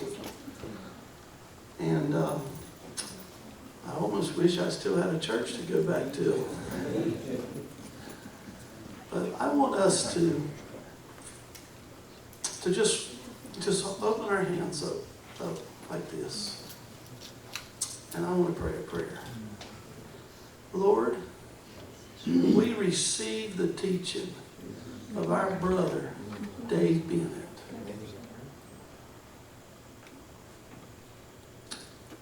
We receive the worship time that his worship team came and prompted us in. It's your worship, but we receive the prompting today. What I love about Dave and his staff is any pastor in here could say, could I come sit in on your staff meetings? And they would say, yeah, come, we'll buy you lunch in the cafe while you're here. Help us to resource one another more than we ever have. We don't have to go it alone. And so, Lord, I receive personally what Dave has shared. He probably only saw the top of my head because I have taken 4 pages of notes, and they will benefit me, and hopefully this will flow through me and benefit others. In Jesus' name. And the people said, amen. You can be seated now if you like to. Wow, just a few little housekeeping things, and then I'm going to recap quickly a few things that I did receive from Dave's teaching, takeaways. The lifelong learning code today, you probably have seen it on the screen, but if not, it is 35710. 35710. You can collect 3 hours today on your lifelong learning. If you don't know what that's all about, just have a chat with me and I'll try to direct you. I like for all the pastors to be a part of this, you know. I like for us to set an example as a district. I like to be at some district superintendent meeting and they say, Kerry, what's going on in Philadelphia? Your guys are like off the chart with lifelong learning. I wrote a book, one chapter is titled Be a Green Apple. That means you keep on learning, keep growing, because if you turn red, there's only 2 stages left. You rot and you fall off the tree, or vice versa, you fall off the tree and rot. So I was reading a scripture the other day. I've been reading through a book that I stole out of the library at Tom's River. I admitted that already when Brother Dale was here. I didn't see Brother Dale today. It has been my devotional book ever since I snatched it. But it's a real, I think it's actually the Living Bible, but it's just like the writings of Paul or something. And I'm going through that slowly. And I read a scripture the other day, and it was something like this. Most of us want to be know-it-alls, but it's the love of God that grows the church. Oh, man, I had to read that several times, posted it for everybody else to be miserable. That spoke to me. And I want to keep growing, keep learning, be fresh.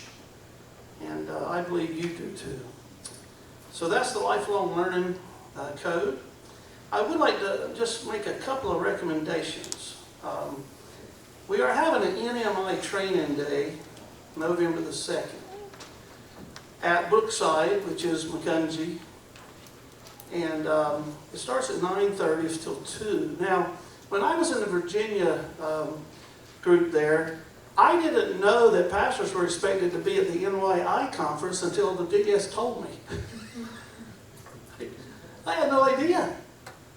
I had an NYI president, he went, you know. And I didn't get to every NYI conference, but I found out about 5 to 8 years into pastor, they were looking for me there. Now, you can't do everything, I understand that. And I only focus on who shows up. I don't focus on who's not there. You know, we just offer things. You have lives. Your first responsibility is the pastor of the local church that you've been called to. I will always back you up on that. But if you have time and you are available, the things that we invite you to, we are trying to design them so they will be meaningful and they will help. I met with Debbie yesterday for 2 hours at Lancaster about this training day. The general church has asked that pastors and their missionary presidents would try to attend this event, because the way the Church of the Nazarene does missionaries is changing. It's getting bigger. And so that's what the training will be on. It will be, if someone comes up to you as a pastor or leader and says, I have a call to missions, what do they do? Well, there's 2 clear avenues that are being prepared. So I invite you, if you can come, lunch is included. If you can't come, you have a wedding or a funeral, or you've already planned a family event. You don't have to come tell me that. But I want to let you know that I think it will be profitable for information purposes and inspiration purposes, if you would like to come. This is probably something that even the DS normally wouldn't have to go to. It's an NMI event. But I'm trying to build collaboration across our auxiliaries. That's not an easy thing to do. The district assembly and conventions was my first shot at it. But we really do need each other. All of us need each other. So I just mentioned it to you. It's November 2nd. It's Saturday, 9:30 till 2. Maybe you can't stay for all of it. But maybe you could at least try to see if your NMI president could come. You know, if you can't come, invite them. Tell them this is important. Did you receive the box from headquarters? I call it the mysterious box. All they talked about was a box and nobody's ever explained it. Some of you have used a few videos out of it, and those of you who read everything you get, you know what it's about, I'm sure. But I know that at least 70% of the pastors have this box in. They probably use it as a doorstop because they really don't have any idea what it is. It's good stuff, but we want to try to tell you what we know about it. The big thing that's getting ready to happen is we're getting ready to have this thing called sponsored missionaries, where if someone comes up to you and they have a call to mission, they have a 4-year opportunity to try that out. Your church would be their encourager. Much like if you say to someone, I think you should have a local license. You have graces, and you know, it's a little bit like that. Where your church or this person can have a heart for a certain place, and they have to raise their funds, and you know, the church can do whatever they like. But I think it could be a new movement in mission for our church. Because I think a lot of folk don't fit into commissioned missionary. So we've had the volunteer thing, but it's kind of been, you know, not real structured, somewhat. This is going to be more structured. You have to meet with the committee. You have to be interviewed. You know, it's a real serious call. So I just wanted to share that. If you're not there on that Saturday morning, please don't look across the table at your wife and say, Pastor Carey's probably upset with me today. Presence matters most, and I'm not there. No. Be present with your wife, show her Jesus, and pray for Pastor Carey. That's that, all right? All right. I just want to make sure you're not hearing what I'm not saying. Oh, I hear lots of stuff. Okay. At least you're tickled about it. I'm glad that made your day, Susan. That's the best laugh you've had since you were ordained. All right. Here's another thing. If you're interested in this, let me know. If you have a daycare at your church, and you would like to participate in a half-day encouragement for your director on the district, I have a consultant that led our daycare. They just celebrated 20 years yesterday in Harrisonburg. And Angela is feeling a call to go equip and inspire other daycare leaders. They're kind of invisible people, daycare leaders. If you're interested in that, talk to me, send me an email. I'm just trying to see if there is interest in having a half day. You don't have to come, just your daycare director. Maybe you have several directors. And we're just going to love on them. Give them gifts, and maybe an hour and a half of something practical that would be training, Q&A kind of event. So if you're interested, Angela, it wasn't my idea, but I like it. She called me and said, Pastor Carey, I've been praying about something God's put on my heart, and I thought, well, I'll reach out to you first. So if you're not interested, and you've got plenty of that, but we would, as a district, collaborate and bring the daycare directors together somewhere central, and just half a day of just making them feel special, because they are. And one thing she will talk about is how the daycare can be an outreach for the local church, which a lot of people have told me they have daycares, but they have no residual. They don't, so we can talk through how it has worked in our situation. Okay, thanks for listening. Y'all are so attentive and polite. Here are the 3 things. It's really funny. I started out, I wrote 3 things. I got those, I wrote 3 more things.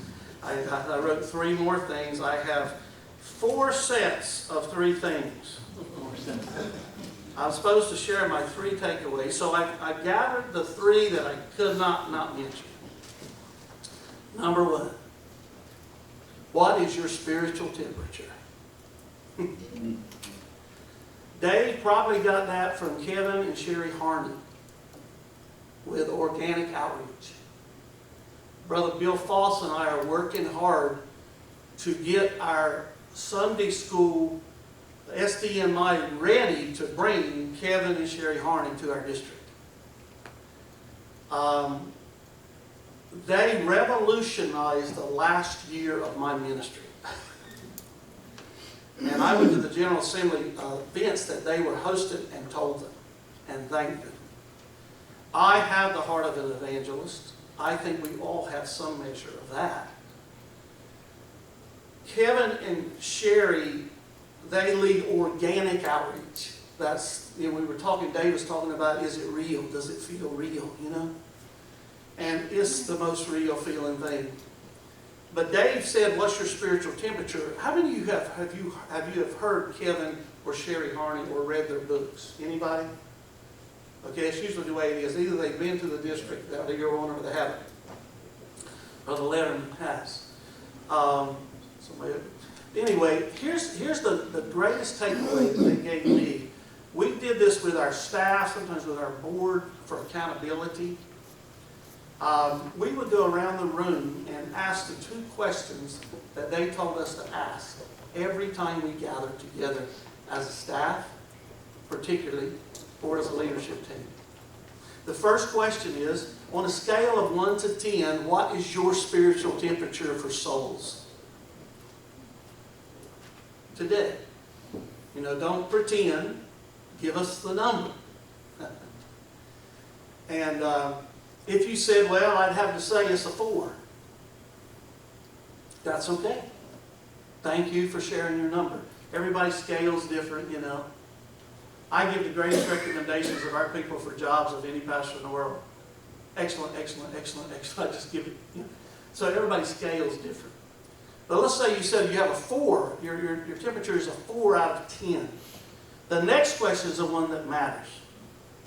What do you suppose you could do to raise your spiritual temperature for souls by 1 degree?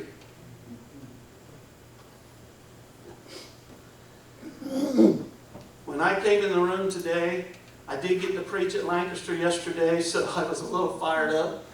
And I met with Debbie for 2 hours, and she cried about 45 minutes of it. It was beautiful, and she laughed like that contagious laugh the other hour and 15 minutes. She doesn't do what she does for any recognition, or she just loves the mission of God. So I would have to say, when I pulled on a lot today, I might have been a 7.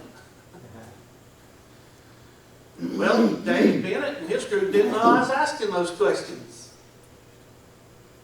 But Liz, when you and Brandon led us, and Ringo Starr, I don't know his name. What's his name? Yeah, it was Isaac. I do know Isaac. I had a hat on or something. I didn't recognize it. When Three Dog Night led us in worship, you raised my temperature to an 8. And if nothing else happened today, I'm glad I came. I'm glad I came.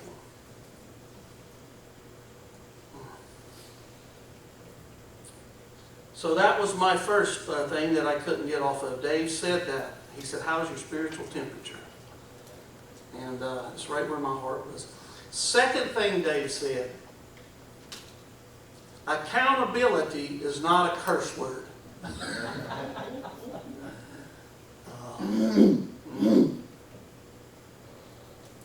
And he added, kind of with that, we tend to measure things by how we feel. Without accountability, we measure our own spirituality by how we feel. So I think that the fact that you got in your vehicle today and drove here or rode with someone, it says to me that you're not running from accountability.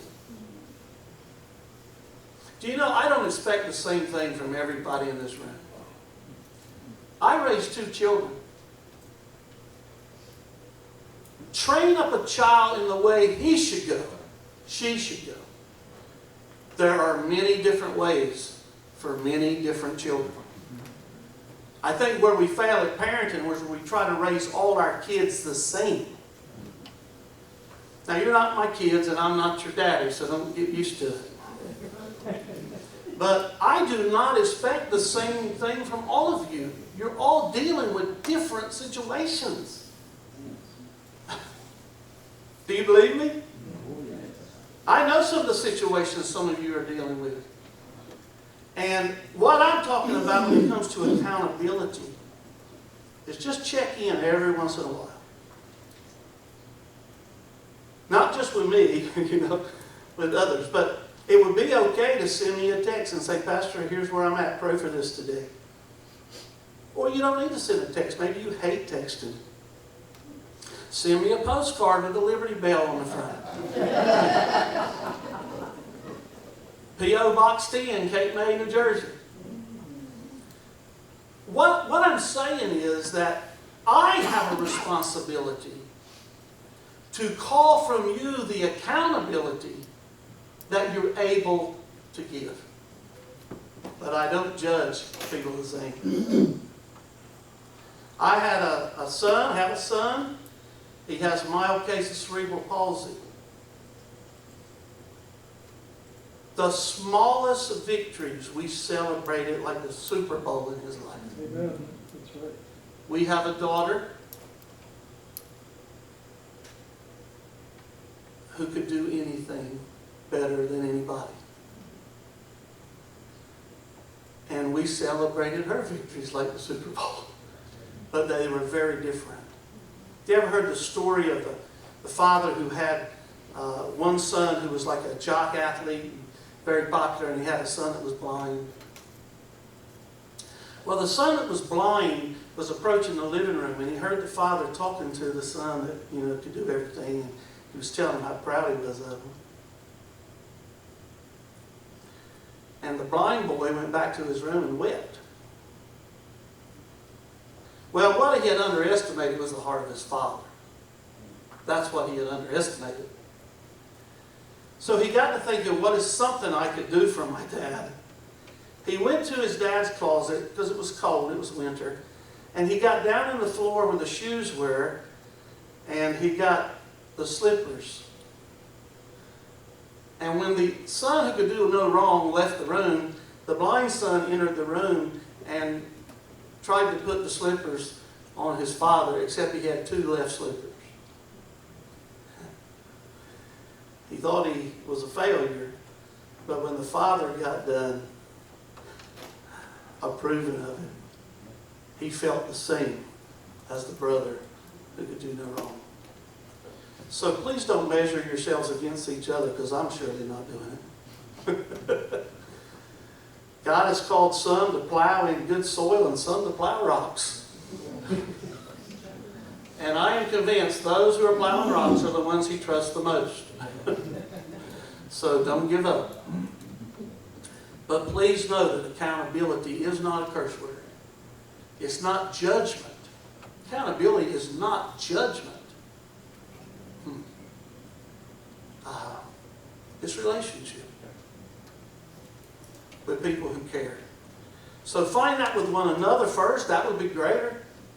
You don't have to say, well, what if I call Kevin? If Pastor Kerry hears that, he'll think I'm going over his head. No, if you call me, I might tell you to call Kevin, according to what you're dealing with. Same with BW and Byron, the others won't do. Just reach out. It's like that old phone commercial. Reach out and touch someone, Because you know what? Your accountability call may be more about us than it is about you. Maybe we need to hear some good instruction. Maybe you had a great message on Sunday and you want to re-preach 10 minutes of it to somebody. Call me. I'll be your second congregation. I'd love to hear it. Some of you have done that. That's why I can say it. I was making notes the whole time because I'm going to re-preach it when you're not there. But accountability is not a curse word. I'm skipping a whole lot. A lot of stuff, Dave.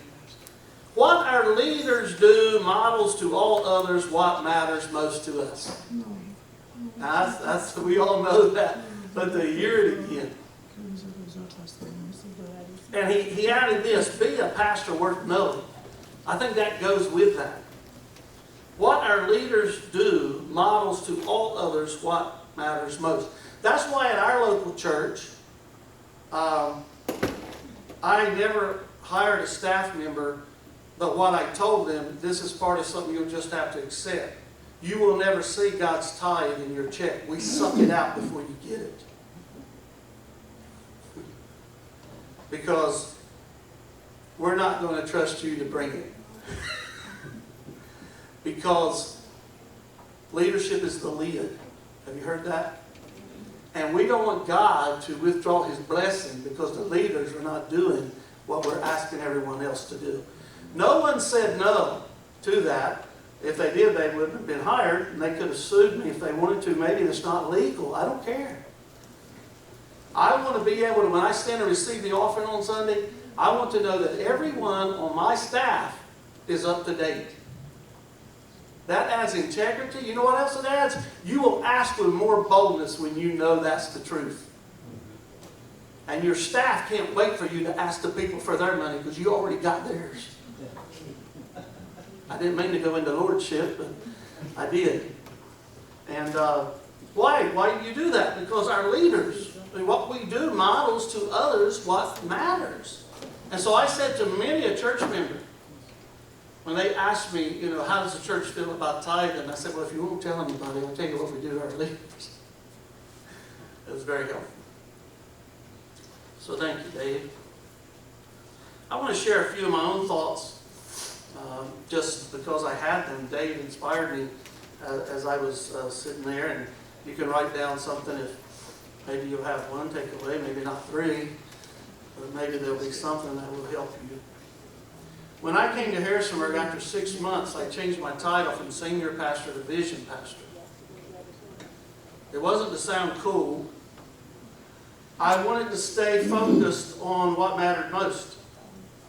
And God would not release me from Proverbs 29:18 from King James Version, where there is no vision, the people perish. So I changed my title on all the stationery, and all the cards, everything that went out. I was vision pastor. And what I loved about it, I had to explain it often. To people outside of the church and people inside the church. That's why I wear the cross. I have to explain it often. I came into Lancaster foyer yesterday. I had to explain to 3 Christians why I wear the cross. It was wonderful. They were inspired. They're probably out buying one today. But, vision pastor. And I wanted to not lose focus on souls. That's why I chose it. Today we talked about vision. It's a part of my heart. I also have said, and maybe you've heard I repeat myself occasionally, where there is no vision, people find another parish. I would. Look, you being friendly to me is not enough to keep me in your church. Not me. Some will stay just for friendliness. Vision is the fuel of the church. And people will not leave easily if they know there's a vision here. I had a pastor friend one time. He's out of the ministry now. God bless his soul. But it's not a surprise to me that he's out. I loved him. He and I were good friends. I walked into his church one day. He had this banner up on the wall. Welcome to the church with a vision and a mission. That intrigued me. I said, Pastor, what is your vision and a mission? He said, I have no idea. Don't you like it? That was exactly what he said. He said, I have no idea. But don't you like the sign? He didn't apologize. He just thought it sounded nice. And he put it up.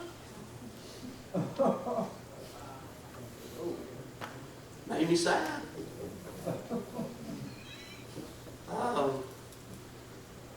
Vision is a fuel. And you know what? Whether you go to the mountain and get the vision or whether you collaborate with your team, God has a vision for the church. He's called us to. He has a vision. And it's not our vision anyway, it's His. And I had to take regular seasons away by myself with the Lord, and then I would collaborate with the staff. But I wanted to hear from God as the leader too. And they would help fix it, you know, help make it more better.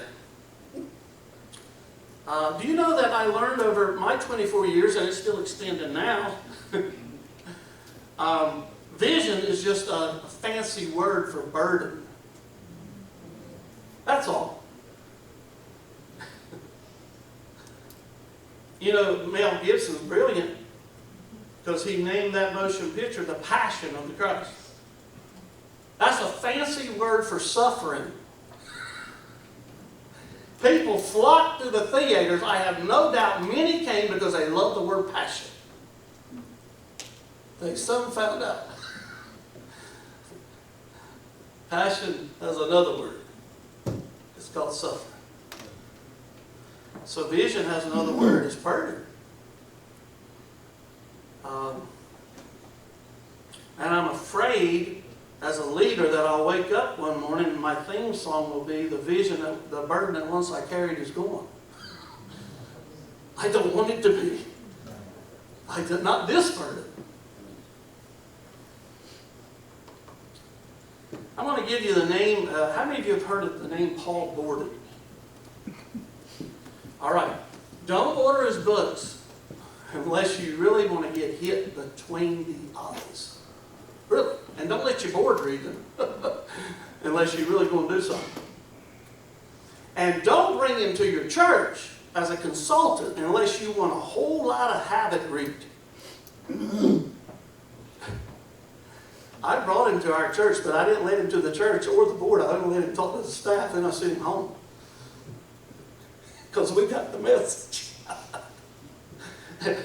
I had one pastor from North Carolina, true story. He called me, he said, "Kerry, you need any consultants? We need a lot of help." I said, "Now I'm going to recommend a man to you, but do not call him if you don't want trouble." He called him. 1 year later, he was not the pastor of the church anymore. True. Because Paul Borden told him it was time for him to step down, that he didn't have vision for the church. Now here's the beauty of it. He stayed on the staff as a staff pastor. It was the most hurt he had ever been, but he swallowed it. He took the medicine, and the person he had in training that he thought would replace him in 3 years replaced him that year. Because he loved the burden more than his own reputation. And he's the greatest pastoral care man that you could ever have. And this young pastor has the last pastor chasing after all the people and loving them in the name of Jesus. It's a beautiful story. Now don't tell him I told you all this, but he's coming to share part of his story at the prayer retreat at Black Mountain, and you will want to be there just for that. He's going to share on what suffering looks like for a pastor. And he has been through it. And I'm not sure he likes Paul Borden to this day. But Paul Borden is a consultant. He comes in and finds the truth. And he tells you. He doesn't do it to be mean. But he's not a Nazarene, he's a Baptist. So he's in a different category, you know. He says that. Here are his books. They are good reads for pastors. Tear the cover off if you don't want anybody to know what you're reading. But it will help you in a hammer kind of way. He's a hammer. He has a book titled Hitting the Bullseye. That implementation thing. Number 2, he has one titled Make or Break Your Church in 365 Days. Bestseller. See, he's not just a consultant. He was with the American Baptist Church.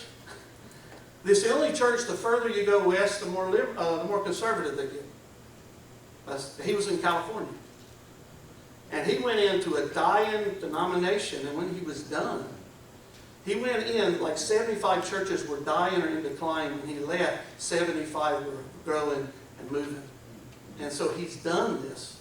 He's not just making stuff up that he thinks sounds beautiful. He's done it. Here we go. The third book is titled Direct Hit. He would be a genius at writing on that. And number 4, Assaulting the Gates.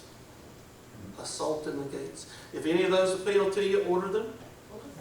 The first one was Hitting the Bullseye. The second was Make or Break Your Church in 365 Days. The third was Direct Hit. And the fourth was Assaulting the Gates. Assault. I talk funny. Assaulting, like Jesus probably saying, I will build my church and the gates of hell will not assault it, will not come against it. Yeah. So we're charging the gates of hell kind of thing. Yeah. Now, why did I share Paul Borden? Because I'm going to share some things I got sitting at his feet. You know how I met Paul Borden? I went to another district. I was asked as a pastor to come and teach their pastors for a week.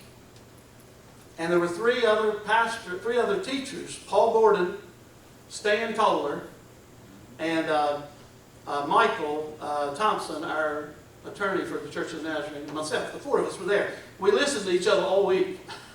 What he did, he brought in pastors of the smaller churches, pastors of the middle church, and pastors of the larger churches. So we taught the same thing to all the people in their situation, you know. And I shared a very vulnerable presentation titled, The 10 Things That Cause Growth at Our Local Church. I shared that. Then my second session was the 10 things that prevented us from growing more. It was very vulnerable. And after Paul Borden had heard that the 3rd time, he came to me. He said, Kerry, if you'll meet me for breakfast in the morning for an hour and a half, I can help you with all 10 of those. And he did. That's another reason we had our greatest year of growth, my last year of ministry. It was the Harneys and Paul Borden worked me over. Now, don't bring him to your church. Now, don't blame me if he comes and kicks you out of your own church. I'm saying that he will give you some ideas that will help you with rejuvenation and turning things around if you need that. I'm not saying you need it. I'm saying if you do. Here's some things that Paul Borden said, so I want to give him credit. Some of these are my notes with his, so I can't figure out what are his and what are mine, so I'll just share. I was listening to Paul Borden. How much time do I have? Am I almost done? Am I done? Yeah, 5 minutes. He said, to reach others, 3 things must happen. Pray for them, invite them to a movie or a concert or a ball game, and then invite them to a great supper. What are the 3 things? Pray for them. Invite them to something that's casual, something that's low pressure. A movie, a concert, something where you just go together. And then invite them for an intimate meal. He said, try that. Get your people trying that. And you're going to see something happen at your church. The second thing he told me as a pastor, he said, you need to focus on 2 numbers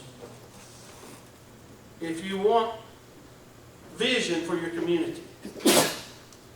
As a staff, you need to ask this question each person individually.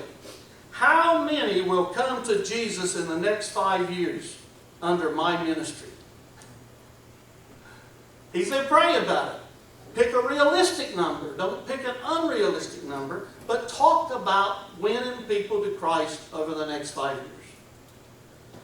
He said, then count all the people you've touched at least once in the last 12 months.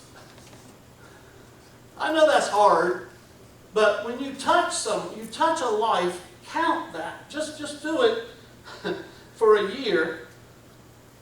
And then he said, if you take that number, the number of people you've touched in the last year, and multiply it by 5 for 5 years, I know that's weird math, you will believe in the power of touch. That's all he said. Now, that's all I'm going to tell you. You work it out the way you want to. He says our touch motivates, influences, and moves people. Touch. He said touching people is about practicing goodwill. And if you look at Acts, you'll find out that good deeds produces goodwill, and it produces good disciples. So it's basic stuff, but it's stuff we might have forgotten. He said, make your vision about your community. And he said, pastor, staff members, show up in your town wherever people gather. Some people call that the church has left the building. But you have to show up where people gather. He quoted Mancini. Mancini said, we are people who live in the present, but we are all thinking into the future. He used that to set this idea up. We may live in the church, but we must be thinking in the community. That's the way he used that transition. It helped me. He said, make it your goal to pastor the community, not just the church. He said, we must identify our behaviors, because this is powerful stuff right here. We must identify our behaviors because they reflect our values and either prove or disprove our theology.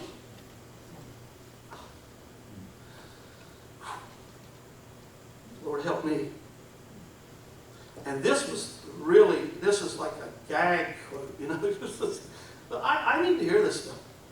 Disobedience to the Great Commission is the biggest systemic sin in most dying or plateaued churches. And here's what he does. He helps some churches too. He didn't just have my pastor lead. He helps some churches that I'm aware of. The first thing he does is he tells your church to have a Sunday service where you repent in front of everybody for breaking the Great Commission. And the pastor can't lead it. You've got to have somebody else come lead it. I was asked to come into a local church and lead a Sunday morning of repentance. It's one of the most powerful services I've ever been in my life. And let me tell you, they weren't the only ones repenting. I was repenting of some stuff at the altar right there with them. But he said that disobedience to the Great Commission is the biggest systemic sin in most dying or plateaued churches. He's a researcher. He asks pastors questions. That's how he comes up with his answer. Then he said this, like detectives who are the only ones who speak for the dead until their killers are found and brought to justice, we as pastors must be a voice for the spiritually dead.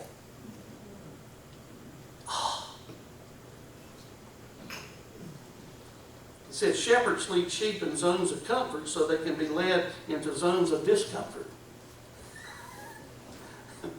Valley of the shadows of death stuff. Well, that's me. I'm out of time. Dave, you didn't know you were juggling my memory with all that stuff, did you? I had to go find some notes on vision, and I don't know where I'm speaking Sunday, but I feel sorry for them. Oh, don't let Margie Fisk know. I'm coming up for revival. You might hear there's a fire on the mountain. I don't know, but thank you. What else was I supposed to do? Ask questions, or are you going to do that? No, that's it. That's it. Or they can ask questions. No, I mean, if there's something about questions, I missed my part. Would you come now and please make things right? Let's pray though just for a moment. Lord Jesus,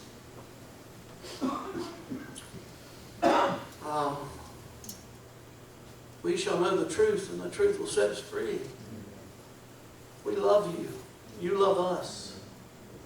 We just want to work, for the night is coming. Opportunity is going to run out. The saddest two words in the world: too late. Too late. Lord, we don't want to be like the people in the lifeboats of the Titanic. When they got to the freezing waters, one of the crew members said, "We waited too late."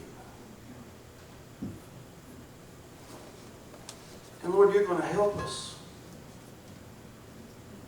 You're going to help us. Help us to get over the past.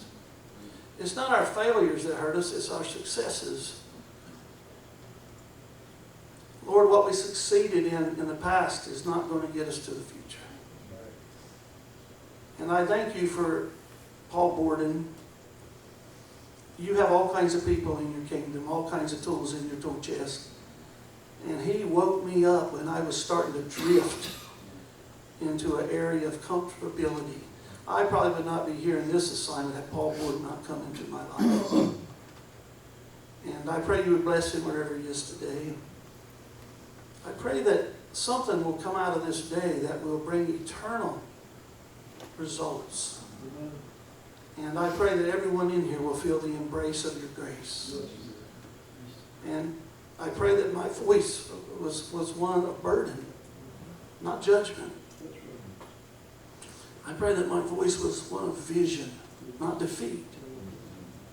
I pray, God, that you would be our vision and that we would prove accountable to you and to one another. In Jesus' name, amen. Oh, does anybody not have this book of mine that would like a copy? Anybody else? It's free, you don't have to pay for it. So just before you leave, many of you don't even know part of my title is Connections. I think it's really important that we would connect with people in this room that are new, because 1 year ago today I was new. So Dave, give me your last name again. Scott. Dave Scott, would you stand? And Jake Bunjo. Many of you know Jake, but both of these guys are on staff at Lansdale, and Dave is new. Is there anybody else in the room that's new that I'm not aware of? Yeah. But give me your name, sir. Corey Williamson. Corey, welcome. We welcome you guys, and we're glad you're here. I know, Jake, you've been on the district for a while, but we want to make sure that we welcome you a proper way. I want everybody to see your face and know your name. Dave has 2 kids and a beautiful wife named Betsy. You've been here how long, Dave? Month and a half? Okay. And Jake, you've been here how long? Like officially at Emmanuel? I mean, you were hanging out with this Avon Grove group for a while, but... I was hanging out with a lot of people here for a while. Now they made me work for them. Yeah.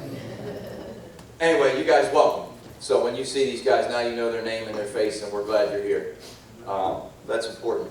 If you have any people that you hire on your staff at your church, whatever their capacity, please notify one of us. You can notify me either through an email or my brother-in-law, who's a high-ranking person in the military, said, look, the most important day in your life is the first and last day on that job.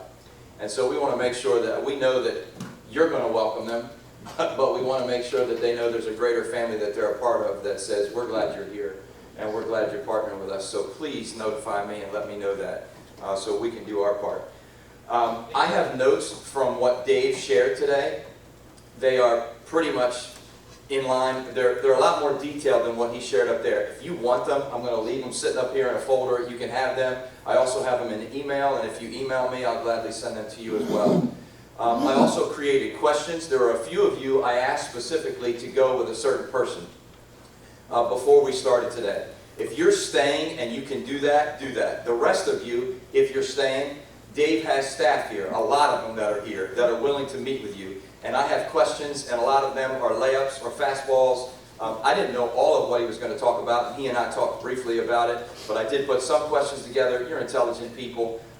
You probably don't need these questions. They're just fire starters for you to go with. But you can take those as well.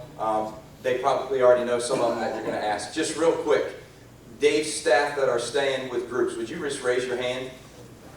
So some of you can go with Brandon, with Nick, with Latanya, with Liz, and with Kelly. So that's 5 different groups that you can go with if you want to stay. Here's my only request, that you not just be with your zone, that somebody from outside of your zone meet with these groups. And you guys will be meeting, are you guys going to the cafe? Is that where you're going? Okay. So anybody got any questions? So notes are up here, questions are up here if you want them, and that's it. Thank you. Have a great day.